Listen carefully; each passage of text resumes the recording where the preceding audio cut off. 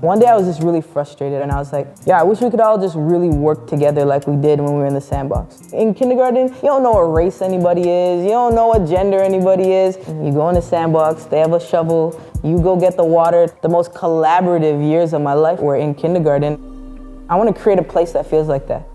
In that moment, I was like, Sandbox Studios, that's what we're doing. Myself and KR, we've been doing this since the beginning. One day she just called me up, she's like, we should open our own spot. I was a music manager, he had a recording studio, and we literally only opened up the studio to record an album for the artist that I managed. We brought in all my equipment from my old studio, and we just started working. There was never an intentionality behind having a recording studio. I really thought it was gonna be like a 2-month, 3-month thing, and then we'd be out of here, you know? The more we started working, the more we realized, oh, this is actually something that's really missing from the city right now.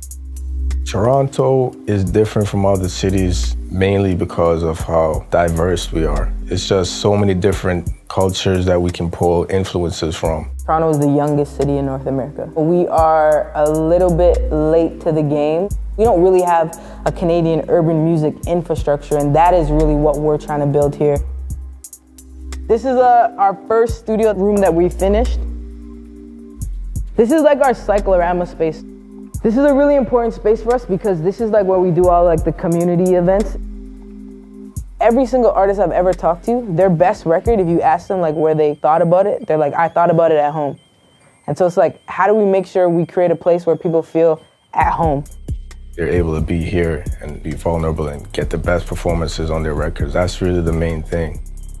Our commitment to making sure that artists are growing overall is a big part of the reason that people keep coming back to us.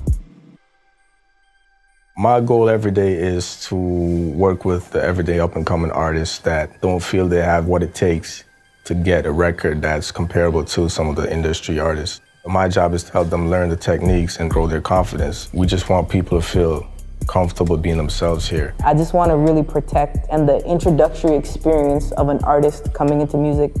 That's really what made me fuse this idea inside of myself of like, how do I teach other people the music industry, because there was nobody there to teach me.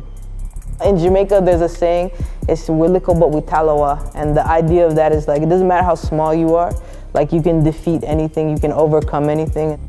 I do not care if somebody is good. It is our job to teach them what we know and to focus more on artist development than pumping records up. I'm never gonna compromise my integrity moving forward ever again, and it's just such a blessing that everyone feels so connected to a space that we can consider our own in urban music in Toronto, because there's nothing like that here.